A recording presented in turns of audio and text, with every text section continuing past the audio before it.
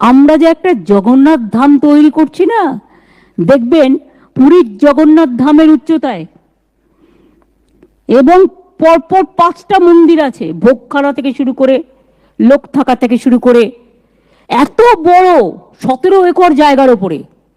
এবং আমি নিজে দেখেই আমি অবাক হয়ে গেছি যে এত সুন্দর জিনিস হতে পারে।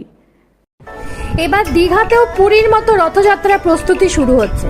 পুরীর মতন এবার দীঘাতেও তৈরি হচ্ছে জগন্নাথ ধাম। দীঘায় তৈরি এই জগন্নাথ ধামে কাজ প্রায় শেষের পথে। মন্দির নির্মাণের কাজের পাশাপাশি দীঘাতেও রথ নির্মাণের কাজ শুরু হয়েছে। জানা যাচ্ছে শীঘ্রই এই মন্দির উদ্বোধন করবেন মুখ্যমন্ত্রী মমতা বন্দ্যোপাধ্যায়। ভোটের কাজের জন্য কিছুটা দেরি হচ্ছে মন্দির উদ্বোধনে। তমলুকে জনসভায় একটি প্রচারে এসে মমতা বন্দ্যোপাধ্যায় মন্দির উদ্বোধন নিয়ে কি বলেছিলেন শুনে নিন। জানেন তো, পুরীর জগন্নাথ মন্দির যত বড়, তত বড় মন্দির তৈরি